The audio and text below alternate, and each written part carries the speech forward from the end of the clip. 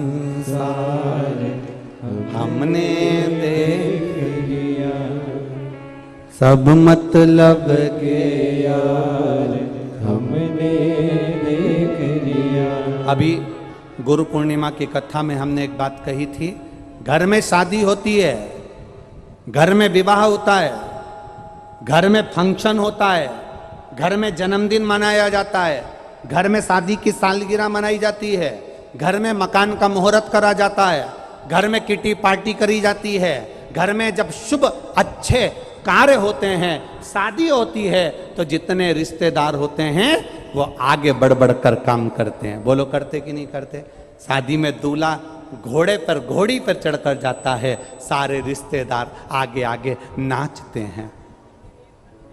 शादी में दूल्हे के आगे सारे रिश्तेदार चलते हैं, फंक्शन में अच्छे कार्य में सारे रिश्तेदार आगे आगे बढ़कर काम करते हैं।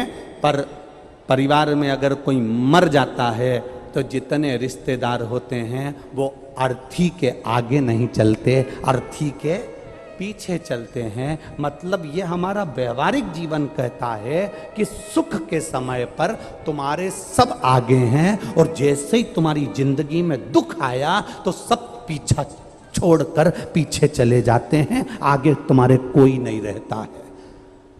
दुख की घड़ी में सब पीछे, सुख की घड़ी में सब आगे।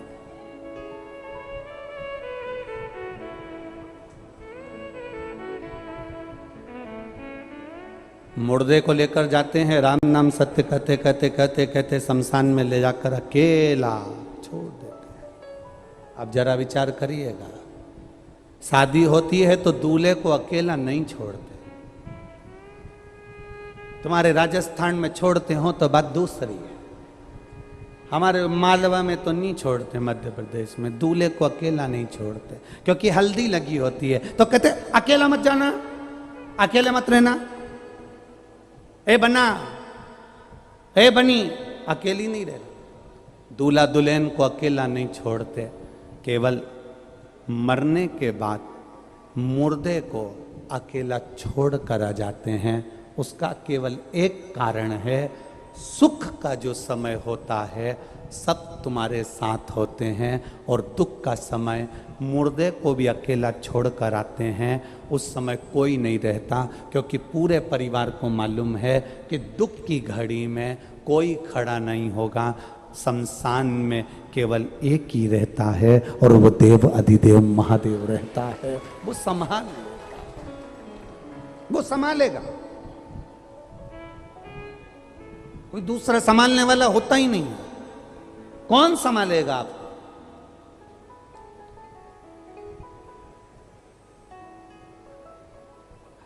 जितने लोग कुबेरेश्वर धाम पर आते हैं, हम उनसे कहते हैं कभी भी यहां पर आकर ये मत कहना कि मेरी गाड़ी, मेरा बंगला, मेरी जमीन, मेरी जायदाद। यहां तो झोली भी अगर खाली लाओ, 25 साल 30 साल 40 साल भी अगर शादी को हो गए और औलाद नहीं हुई है, तो उसके दरवाजे पर जाकर कहना, कथा सुनते सुनते उसके 7 दिन की कथा में कंकर शंकर का स्पर्श रोज कर कर अपने गर्भ को लगाते हुए कहना, तेरी कथा सुन रही हूँ, मैंने सुना है तू सबकी गोदी भर देता है, मेरी शादी को 30 साल हो गए, झोली तो तू ही भरेगा, मुझे विश्वास है खाली नहीं लौटाएगा। और वो देकर ही भेजता है, देकर ही भेजता है, खाली नहीं भेजता। आप उसके सहारे जीना चालू करो, वो साथ लेगा। हम अभी तक अपने भ्रम में जी रहे हैं कि ये मेरा है, मेरे रिश्तेदार, मेरे नातेदार, मेरा कुटुंब, मेरा कबीला, मेरे अपने मुझे संभाल लेंगे। सब व्यर्थ की बात है, कोई किसी को नहीं संभालता। जब ब्रह्मा जी, ब्रह्मदेव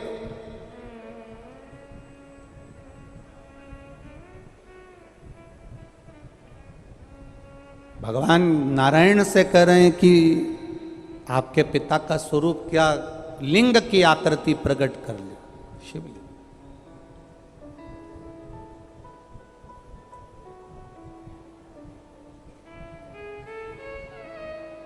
ये तुम्हारे पिता हैं? हाँ, भगवान कह रहे हैं मेरे पिता ही ये।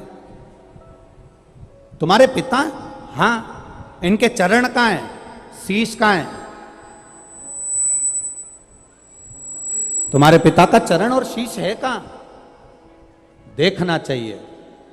ब्रह्मा जी भगवान शंकर का शीश ढूंढने के लिए गए और भगवान विष्णु जाना नहीं चाहते थे, पर ब्रह्मा जी के कहने पर भगवान नारायण शंकर भगवान का चरण ढूंढने के लिए गए।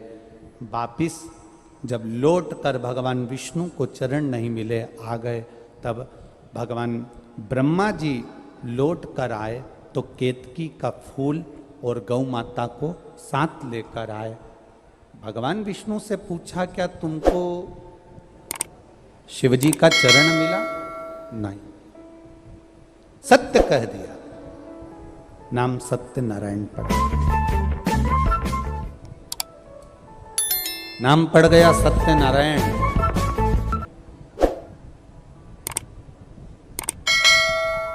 आप लोगों के घर में सत्यनारायण जी की कथा होती है क्या? किन किन क्या होती है? जरा हाथ उठाना। कभी किसी के यहाँ हुई है? हुई सबके यहाँ? चलो रखो। सत्यनारायण जी की कथा में कितने अध्याय होते हैं? बोलो, जम के बोलो जरा। 5। अब उसमें पहले अध्याय को पढ़ना। एक गरीब ब्राह्मण,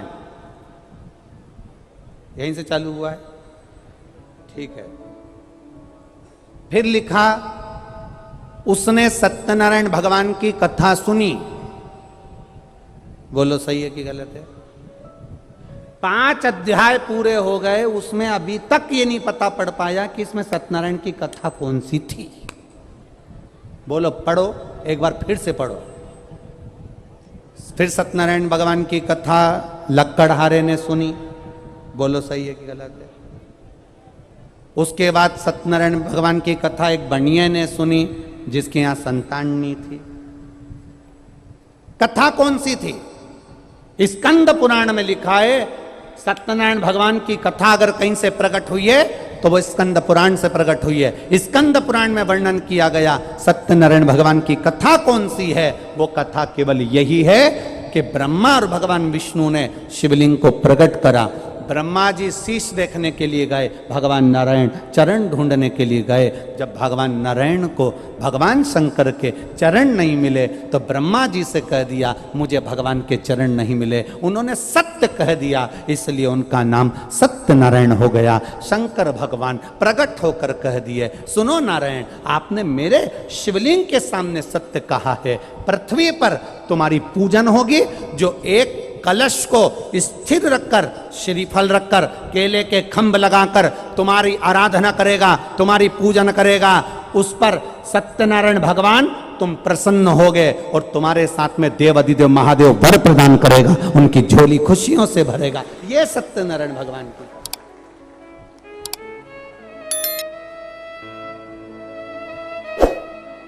सत्य को पहचाना भगवान नारायण ने। भगवान ब्रह्मा जी से पूछा, क्या आपको सिर मिला? ब्रह्मा जी बोले हाँ। ना मानो तो केतकी के पुष्प से पूछो। केतकी के पुष्प से पूछा, ब्रह्मा जी को सिर मिला? केतकी के फूल ने कहा। भगवान शंकर ने कह दिया, केतकी का फूल झूठ बोल रहा है, मैं श्राप देता हूं।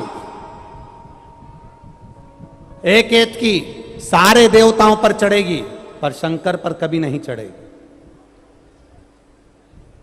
1000 गौ हत्या के बराबर दोष है एक केतकी का फूल अगर शंकर भगवान पर चढ़ जाए तो। श्राप दे दिया। गौ माता से कहा कि आप बोल रही हो कि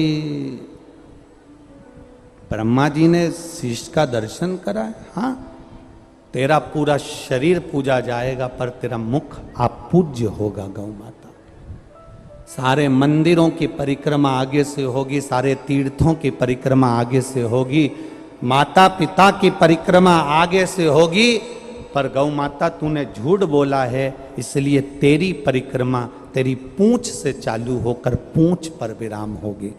कन्यादान आगे से, वस्त्रदान आगे से, मुद्रादान आगे से, स्वर्णदान आगे से, अन्नदान आगे से, केवल एक दान ऐसा होगा हिंदू सनातन धर्म में, गौदान। वो आगे से नहीं होगा, पीछे से होगा, गाय की पूंछ पकड़कर, क्योंकि इस गाय ने झूठ बोला है। तू असत्य बोल दी, झूठ बोल। कितना दोष